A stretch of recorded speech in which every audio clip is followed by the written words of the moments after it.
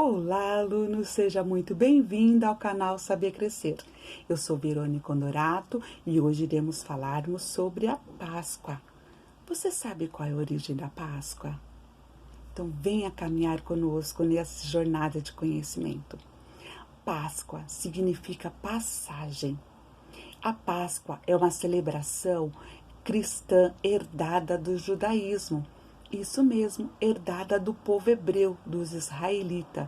E essa narrativa nós encontramos em Gênesis 12:3, onde Deus levanta Moisés, o libertador do povo hebreu, que estava sendo escravizado no Egito por mais de 200 anos. Eles moraram lá por uns 400 anos e durante 200 anos eles foram escravizados.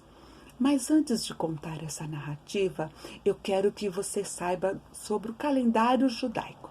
O calendário judaico é diferente do nosso aqui no Brasil. O nosso calendário é gregoriano.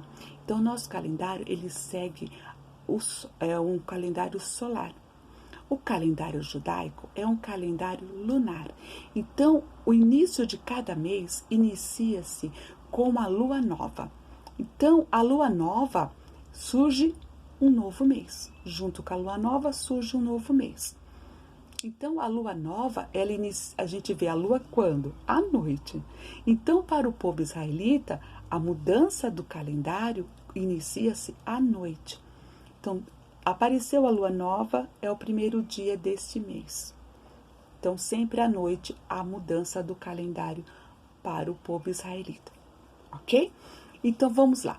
Então, lá em Gênesis 12:3, nós encontramos que a narrativa que Deus levanta Moisés para libertar o povo. E ele estipula a Páscoa como um símbolo, como um sinal dessa libertação.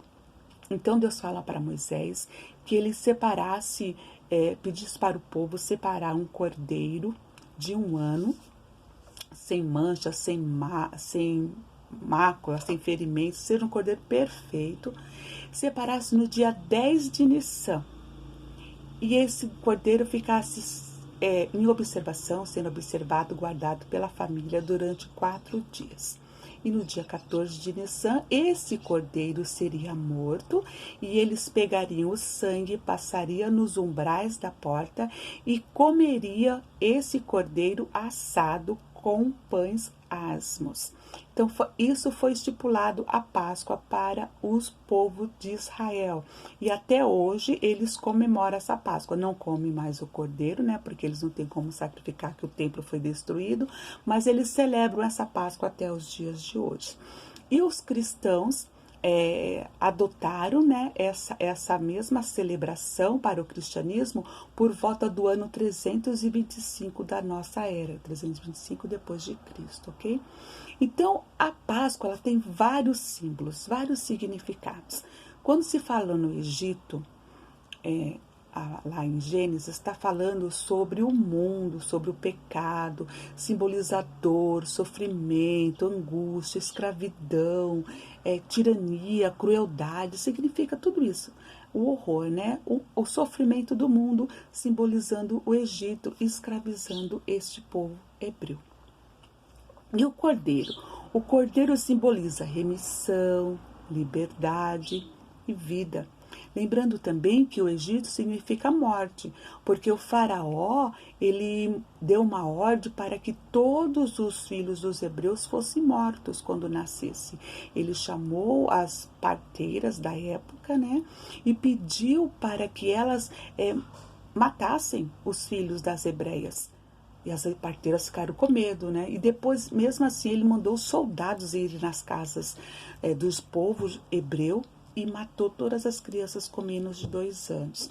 Então, nós vemos que também o Egito simboliza morte. Mas o cordeiro simboliza vida. Veja que, conforme Deus estipulou a Páscoa, no dia 14 de Nissan, eles mataram esse cordeiro.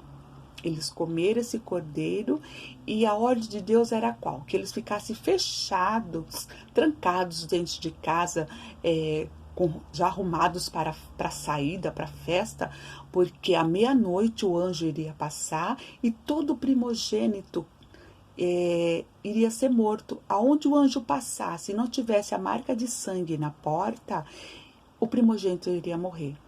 Então, com a morte de todos os primogênitos do Egito, o faraó libertou o povo, deixou que o povo fosse embora. E assim o povo de Israel saíram do Egito, foram libertos com mão forte pelo poder do Deus a qual eles serviam. Mas esse cordeiro tem um significado, tem uma simbologia e tem uma promessa, sabia? Esse cordeiro, ele foi prometido lá em Gênesis 3,15. Olha que diz: disse Deus à serpente: porém inimizade entre ti e a mulher, entre a tua semente e a sua semente. Essa te ferirá a cabeça e tu lhe ferirás o calcanhar. Então veja que um cordeiro de remissão, um cordeiro de salvação e libertação foi prometido lá em Gênesis, quando Deus falou para a serpente, quando Adão e Eva pecaram, desobedeceram a Deus. Então, pelo homem ter pecado, o homem agora estava sendo escravizado. Não pelo Egito, mas pelo pecado. Então o homem é escravizado pelo pecado. O pecado é tudo aquilo que nos afasta de Deus, que leva as nossas emoções, os nossos sentimentos a serem aprisionados, a ficarmos presos na escuridão, na escravidão, a fazer coisas que não queremos e praticamos. Então, escravo é o quê? É ser preso, é fazer aquilo que não quer e faz. Quantas vezes nós queremos e fazemos, aquilo que não queremos e depois nos arrependemos? Nesse momento nós vemos que somos escravos do pecado. Por que eu não consigo me libertar? Então Deus enviou um libertador, um cordeiro para libertar-nos.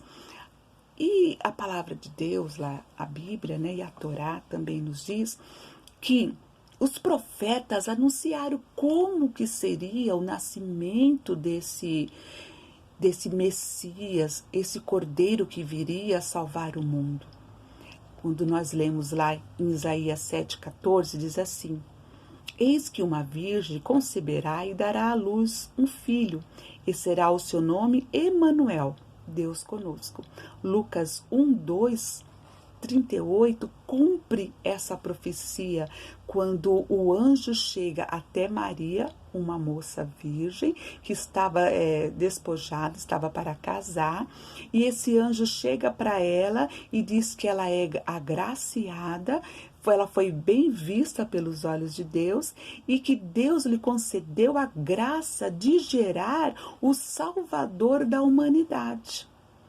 Então, essa palavra de Isaías se cumpriu aqui em Lucas 1:2 até o versículo 38, quando Maria engravida pelo poder do Espírito Santo, sem ter mantido relações sexual com o seu marido, futuro marido, Então, ela engravidou. Então, essa promessa, a Virgem gerou. Então, se cumpriu. Miqueias diz assim, Miqueias 5:2: e tu, Belém Efrata, posto que pequena entre milhares de Judá, de ti me sairá o que será o Senhor de Israel, e cujas saídas são desde a eternidade. Então, dizendo que Belém Efrata vai receber o Salvador. E essa promessa aqui falada em Miqueias se cumpriu em Lucas 2:7, quando nós lemos que Maria, estando grávida, saiu o licenciamento pelo Herodes, e José era filho de descendentes de Davi, ele tinha que fazer o licenciamento, ir até a sua cidade e lá fazer a dar a sua presença, de que ele está vivo, da sua geração, licenciamento, É como se fosse o nosso censo aqui pelo IBGE, saber quem somos, Quem são a população. Então, José foi até Belém, ele morava em Nazaré, e saiu de Nazaré e foi até Belém. E lá em Belém, nasce Maria, tem as contrações, e Jesus nasce, o Salvador nasce em Belém. Então, aqui Lucas 2:7 está falando a confirmação de que essa promessa, essa profecia foi falada, que de Belém sairia o Salvador. E Jesus nasceu em Belém.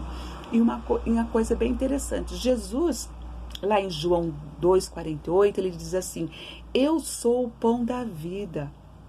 Sabe por que Jesus fala, eu sou o pão da vida? Porque a cidade de Belém, sabe o que significa Belém? Casa de pão. Belém significa casa de pão. E Jesus diz, eu sou o pão da vida.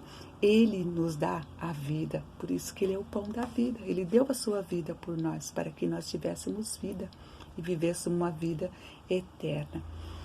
E segundo a tradição, também judaica, nos diz que Belém, nas campinas de Belém, é que era produzidos os rebanhos, né?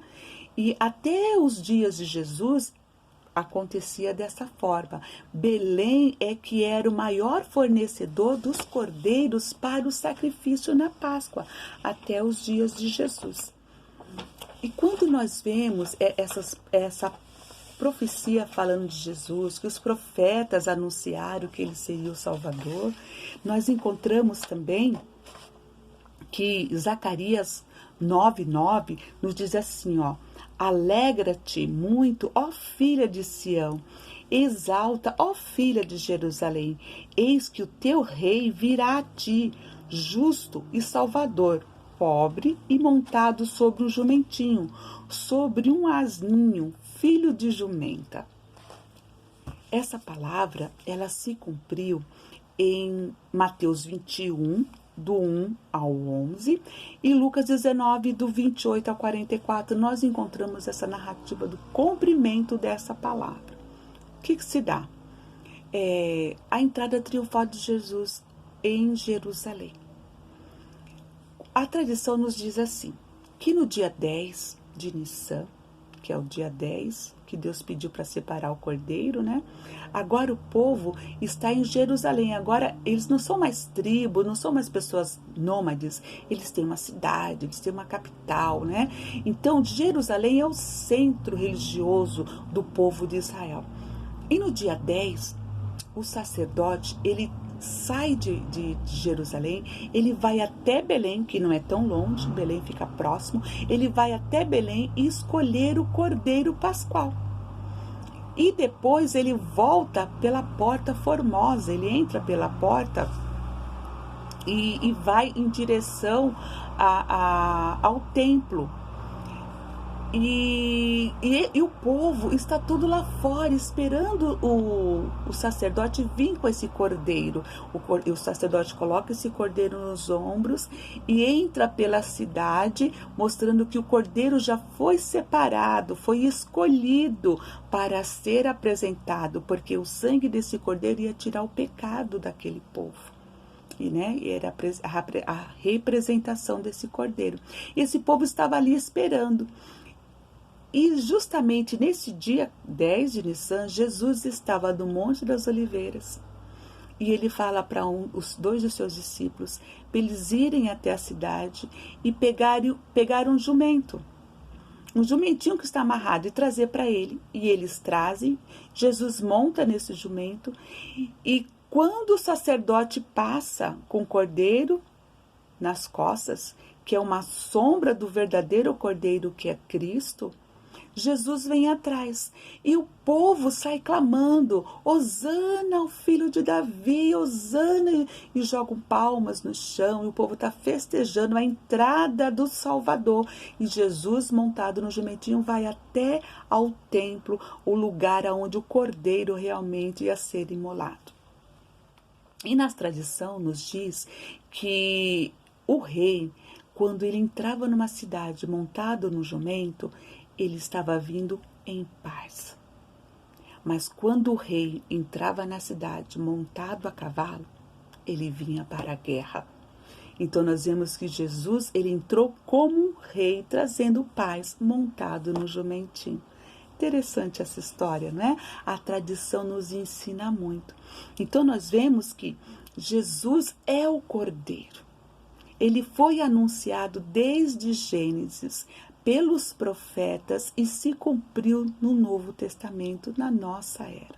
Ele se entregou e morreu por nós na cruz. E hoje é dia 10 de Nissan, né? Hoje é dia de Nissan em Israel. Aqui no Brasil, hoje já é dia 11, mas lá é dia 10. Então, a diferença de 6 horas de fuso horário de Israel para o Brasil, 6 horas à frente Israel está. Mas não se esquecendo que o dia começa no pôr do sol. Então, por isso, hoje, nesse horário que nós estamos agora são, aqui no Brasil, meio-dia, aqui no meu horário de Brasília, né, meio-dia. Lá em Israel, agora são 6 horas da tarde. Quando for 6h16, vai iniciar o dia 11. Então, até o meio-dia de hoje aqui para o Brasil, ainda é dia 10 de Nissan. Então, hoje está sendo separado o cordeiro, né? Se estivesse ainda tendo todo o cerimonial, ele estaria sendo separado hoje. E por providência da natureza, né? A Páscoa desse ano, tanto a cristã como a judaica, vai cair no mesmo dia. Vamos comemorarmos a Páscoa juntos. Isso vai ser maravilhoso e você começar a olhar aí, presta atenção, faz o cálculo aí no seu calendário e vamos continuar.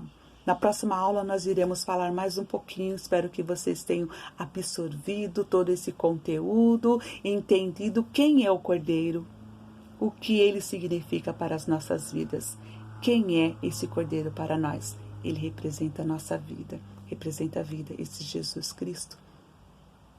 Que Deus abençoe a todos vocês.